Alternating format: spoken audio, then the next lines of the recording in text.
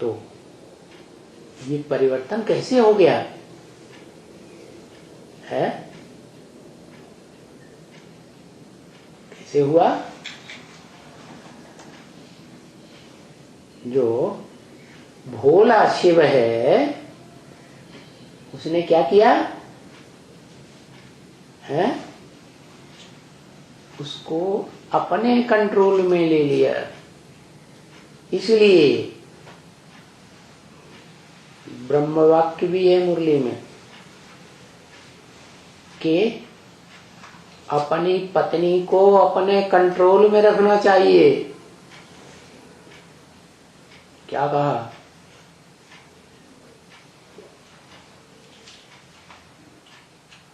क्या कहा है? हाँ, तो शिव की पत्नी कौन हुई? शिव की अव्वल नंबर सजनी कौन हुई?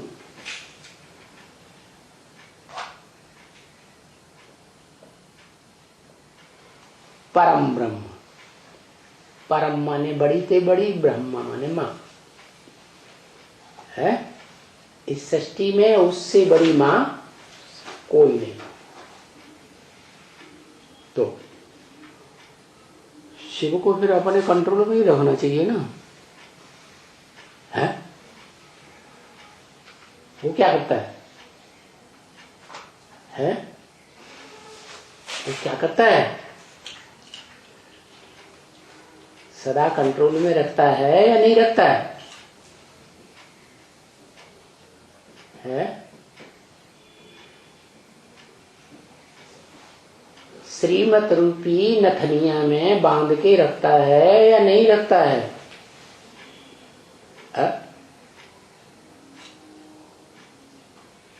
वो शरीरधारी मूर्तिमान शंकर जो है, जो शिव समान बन जाता है, तो उस आत्मा को स्वतंत्र तो छोड़ता है, लेकिन आप समान बना दिया ना, तो सृष्टि के अंत तक भी वो आत्मा सात्विक ही रहती है या तामसी बन जाती है, विष्णु रूपी ही रहती है या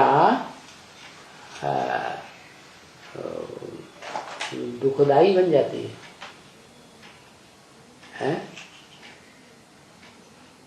तामसी बन जाती है?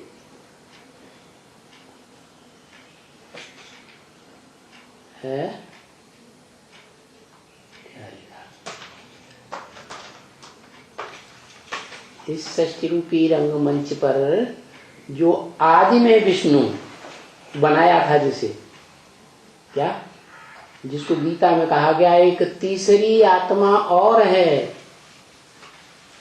एक क्षर और अक्षर, लेकिन तीसरी भी है जिसे कहते हैं परमात्मा इति उदाहत। आत्माओं के बीच में परम पार्टधारी विष्णु। तो आदि में, सृष्टि के आदि में विष्णु होगा, तो अंत में भी विष्णु। हाँ,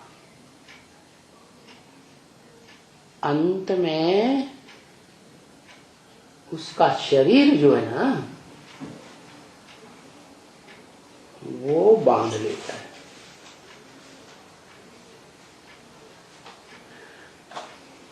शरीरों के संग के रंग में आता रहा ना जन्म जन्मांतर कि नहीं, तो वो शरीर जो है वो तामसी बन जाता। इस जन्म में जैसे कर्म करेंगे तो उसका असर अगले जन्म में जो शरीर मिलेगा उस शरीर पर पड़ेगा या नहीं पड़ेगा। तो ऐसे जन्म जन्मांतर जो नीचे उतरती हुई आत्माएं हैं, एक के अलावा, क्या, परमात्मा इति उदाहत के अलावा वो सारी आत्माएं कुछ न कुछ श्रीमत के बंधन से बाहर होती जाती है। क्या कि जब शिव आता है तो सब श्रीमत के अंदर रहते हैं, कि नंबरवार श्रीमत को धारण करते हैं।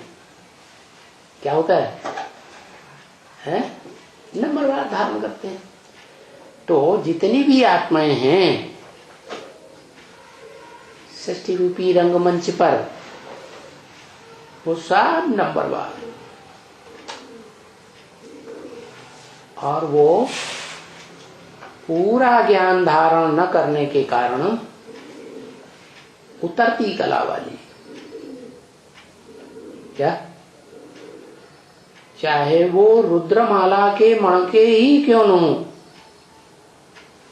या महारुद्र को छोड़कर सारे ही रुद्रगण नीचे उतरते हैं। तो जब बीज ही नीचे उतरेंगे तो सारी सृष्टि नीचे उतरती है। तो उन नीचे उतरने वालों के संग के रंग में बाप को तो आना ही पड़ेगा। क्या? परिवार है ना, उस परिवार का बाप है ना, बेहद का परिवार है, 500, 700, 750 करोड़ मनुष्य आत्माओं का। तो उनके संग के रंग में आते आते आते आते उसका शरीर भी ऐसी स्टेज में पहुंच जाता है कि वो आत्मा के कंट्रोल से बाहर हो जाता। इंद्रियां एकदम प्रबल हो जाती, मन तो पूरा ही कंट्रोल से बाहर। उसी समय, उसी क्षण जब वो बहुत तंग हो जाता है आत्मा है, तो कहते हैं ना, खुदा खुद आता है, बुलाने से नहीं आता है। तो उसी समय वो त्रिकालदर्शी आत्मा प्रवेश कर जाती है, उसी सेकंड, न एक क्षण आगे न एक क्षण पीछे, और प्रवेश करके फिर वो 100 वर्ष का संगम युग का काल है जिसमें सारा दुनिया का परिवर्तन होता है, सभी आत्माओं का। तो बताया ये परिवर्तन कैसे हुआ कि जो भी शिव की भोली आत्माएं हैं वो संग के रंग में आकर के अपना सत्यानाश कर देती।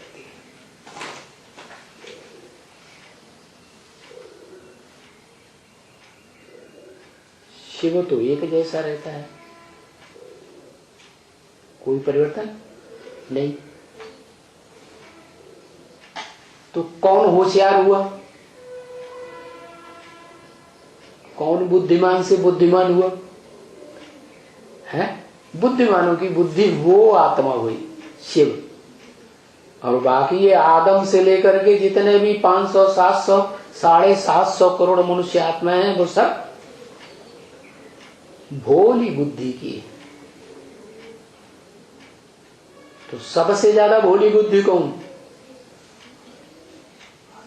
जो सब मनुष्य मात्र का बाप है। तो जब शूटिंग पीरियड भी होता है तो भी सारा ज्ञान बुद्धि में आ जाता है कि नहीं? किसको है? किसको आ जाता है बुद्धि में सारा ज्ञान?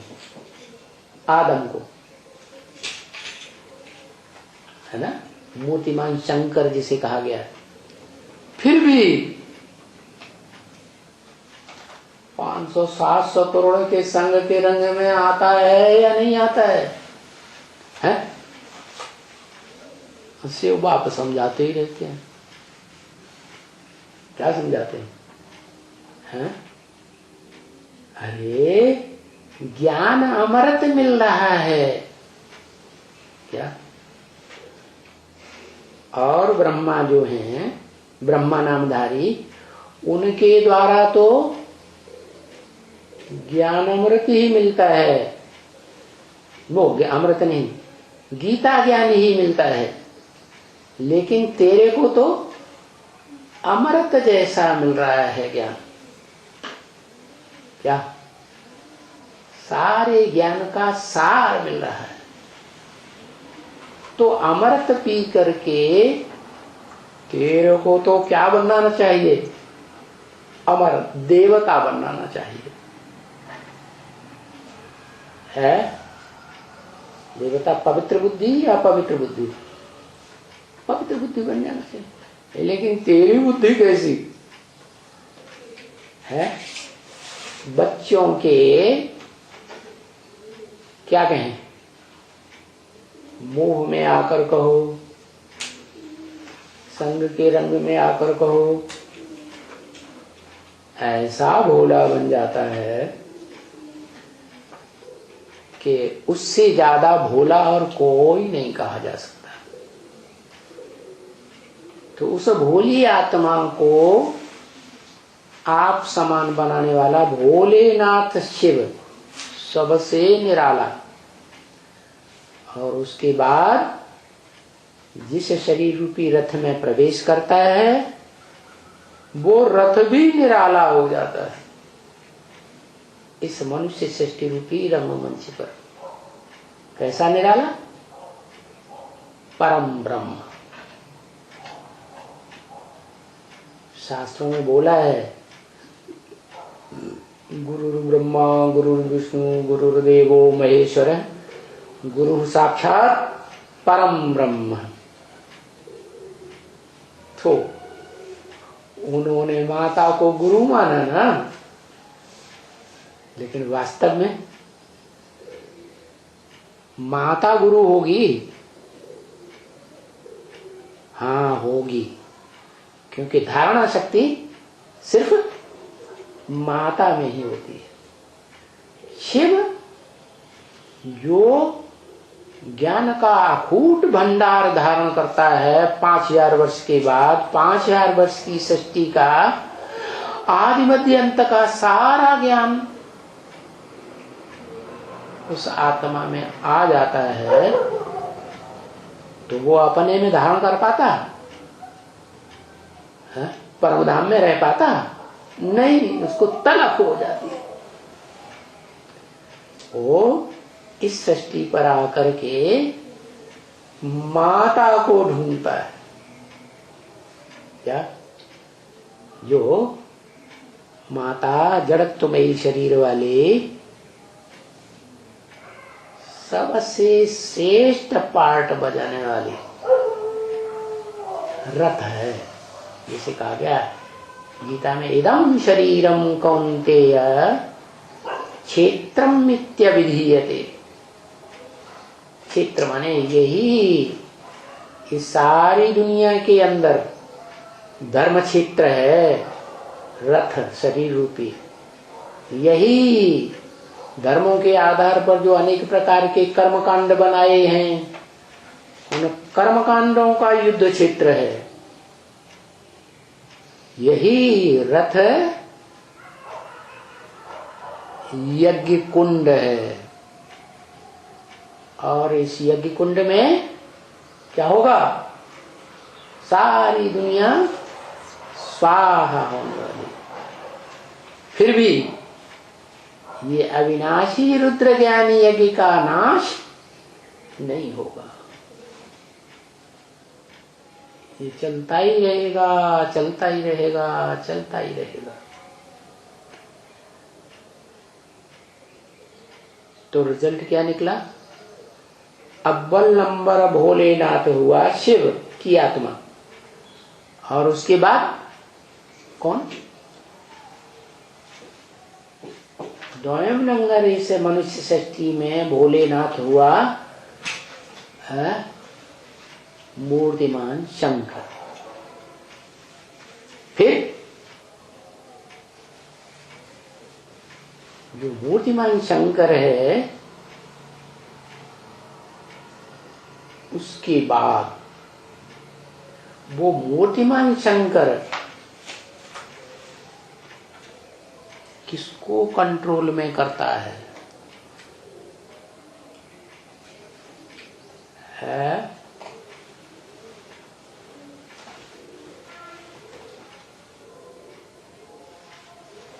परा प्रकृति,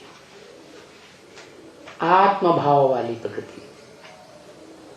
प्रकृष्ट प्रकृति तो है, लेकिन आत्म भाव वाली जो है वो आत्मिक स्टेज पहले ही जल्दी धारण करती है। आत्म भाव जहां पैदा हो जाता है वहां किसी को दुख देने की बात नहीं आती। स्वार्थ जहां पैदा होता है वहां दुख देने की बात आती है। तो वो जो आत्म भाव वाली प्रकृति है,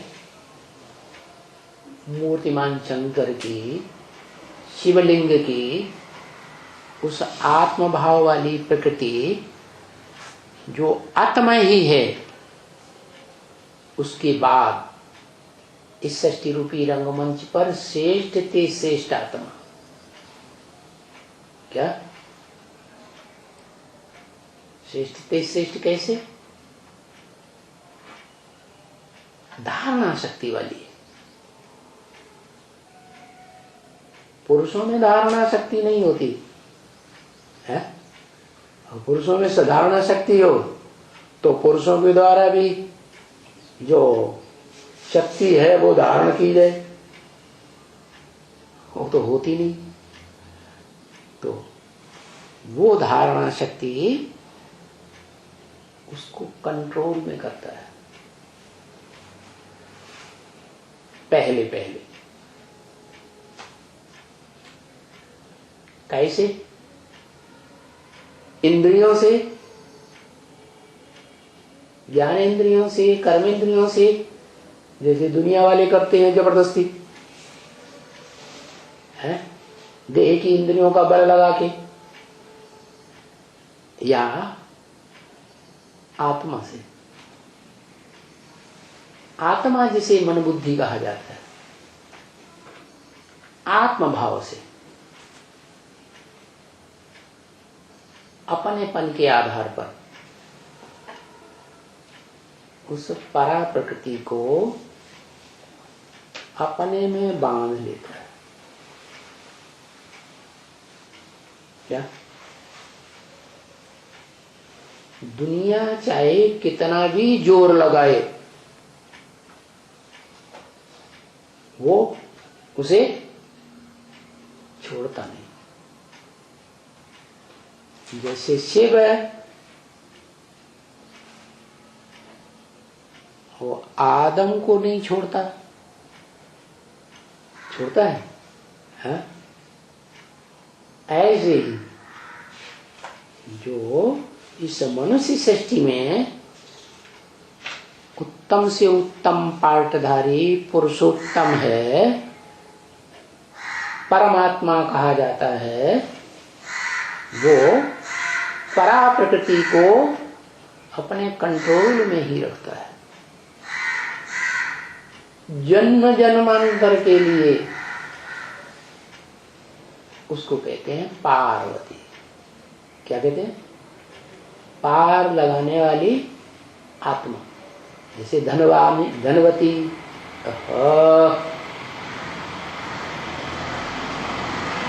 धनवान, ऐसे पार्वती, पार लगाने वाली। क्या?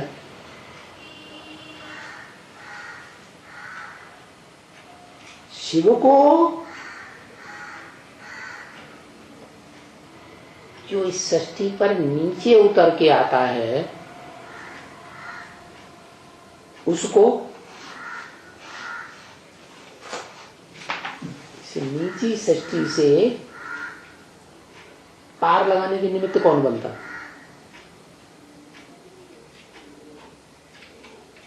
आता किस लिए? वसुधैव कुटुंबकम जैसी सात्विक सृष्टि बनाने के लिए आता है। तो उसके लिए निमित्त किसको बनाता है? वो दुआ करता है। वो तो बनाने करने वाला नहीं है। कौन? शिव निराकार। तो जिसमें प्रवेश करता है वो निमित्त बनता है। क्या? कि वो जो नीचे आया है उसको वापस पार लगा दे, नहीं तो वो भी पार जा सकेगा? है? नहीं समझ में आया? वो पार कब जाएगा?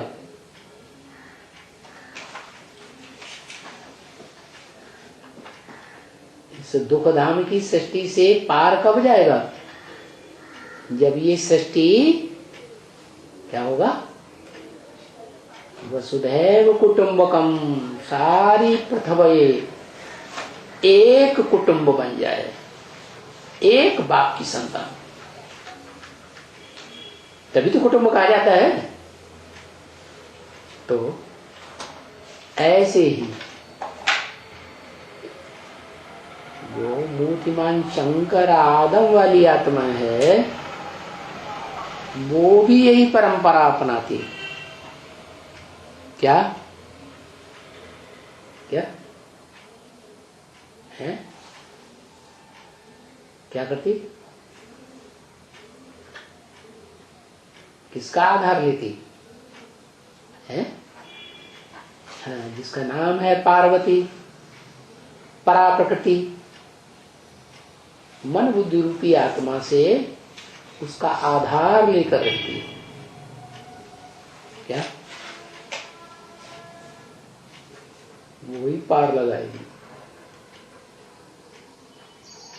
तो शास्त्रों में लिखा हुआ है एक पार्वती ही है जिसका नाम काम के आधार पर पड़ा है। क्या काम? जो विषपाई शंकर है उसको अमृतपाई महादेव बना देती है। बड़े के बड़ा देवता। देवताएं अमर कैसे बने? अमृत पिया तो अमर बने। तो अमृत जो है वो सार कब बनता है? मंथन किया जाता है तो सार बनता है। लेकिन उस सार को, अमृत कलश को कौन बांटे? है? जैसे माता है परिवार में, पूरे परिवार का पालन पोषण करती है। क्या? पक्षपात पूर्वक करती है क्या? है? नहीं, पूरे परिवार का पालन करती है। ऐसे ही वो परा प्रकृति है जो अमृत रस मिलता है, उस अमृत रस को नंबरवार सारी सृष्टि में वितरित करती है। इसलिए बोला क्या कि शिव आते हैं तो अपना ज्ञान का भंडार का वर्षा किसको देते हैं? प्रजापिता आदम अर्जुन को देते हैं। और आदम रूपी जो प्रजापिता है वो किसको देता है?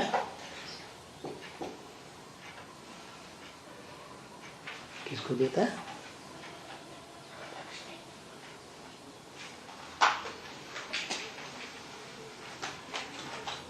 परा प्रकृति को देता है ना। तो जगदम्बा का जो रूप है, जगदम्बा नाम आया ना ब्रह्म महावाक्य मुरली में कि प्रजापिता जगदम्बा को देता है। तो जगत की अम्बा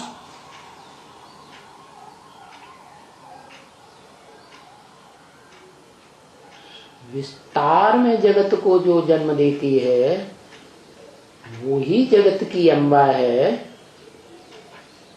या उसकी भी कोई अम्बा है?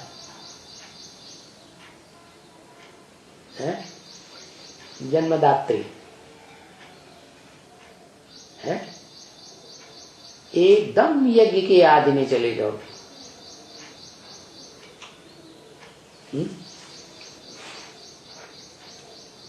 विष्णु रूप है, उसकी विष्णु तो पुरुष रूप में दिखाते हैं,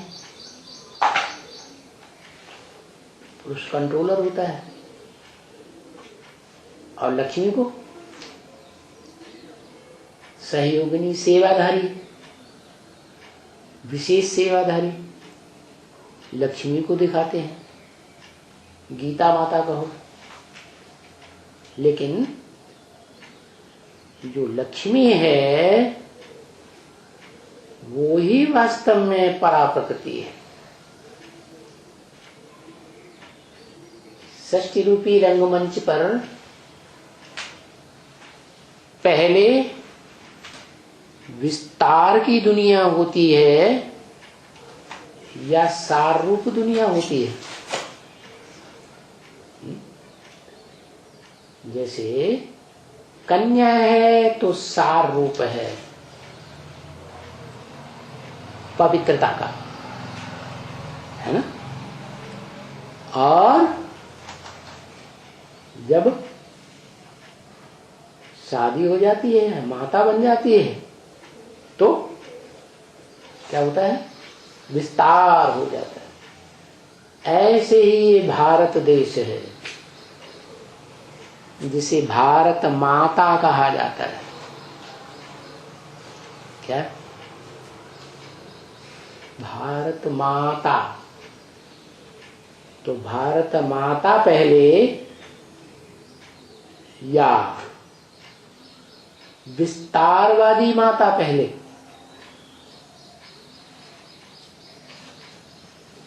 इस धरणी माता का विस्तार कहां से होता है? उसमें विनाशी कौन है और अविनाशी कौन है?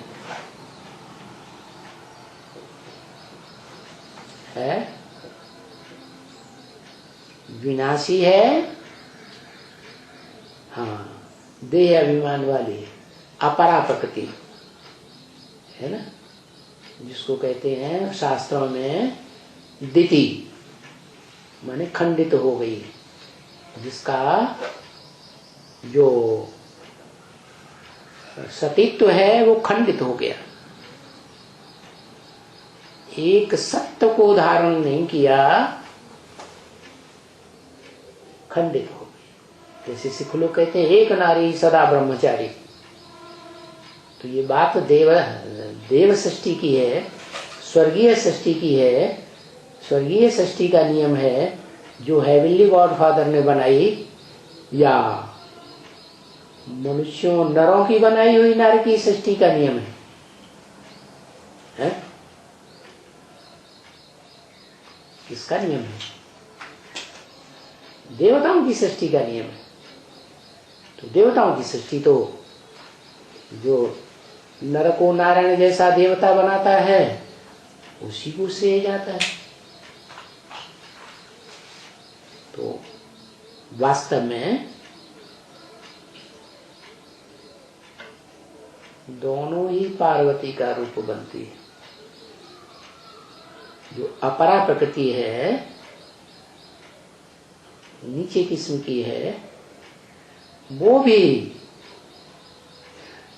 जब आत्मभाव वाली प्रकृति के संग के रंग में आती है तो परिवर्तित हो जाती है। क्या? वो शरीर भी परिवर्तित हो जाता है।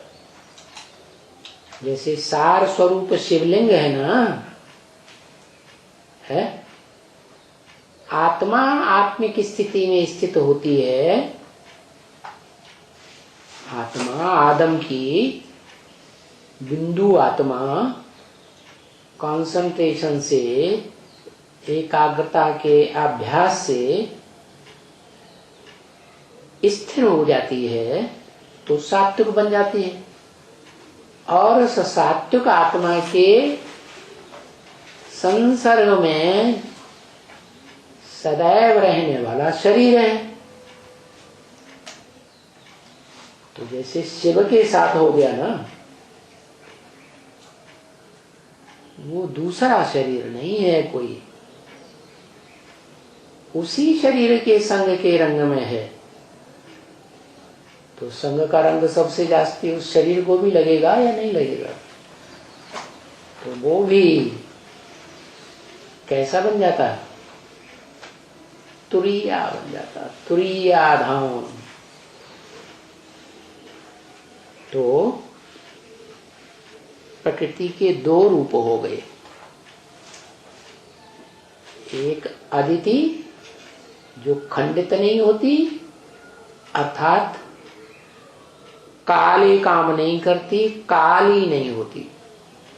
काला धंधा होता है ना, वो चोरी से किया जाता है कि सबको बता के ढोल मजीरा बजा के किया जाता है? चोरी से किया जाता है। तो जो प्रकृति के दो रूप हैं, एक आत्म भाव वाली, एक देह भाव वाली। तो वो देह भाव वाली जो प्रकृति है वो तामसी बनती जाती है, इसलिए उसको कहते हैं महाकाले। कितनों की मां? जगत की मां, जगदम्बा। सारे जगत में जितने भी मनुष्य मात्र हैं, सब की मां। चाहे कोई भी धर्म वाला हो, कोई धर्म पिता को मानने वाला हो, तो सब की मां है। लेकिन ऐसे बच्चों के संग के रंग में आकर के जो देह अभिमानी हैं, भौतिकवादी हैं, वो काली पड़ जाती है, इसलिए उसको महाकाली कहते हैं। और जो श्रेष्ठ है आत्मभाव वाली, उसे महागौरी कहते हैं।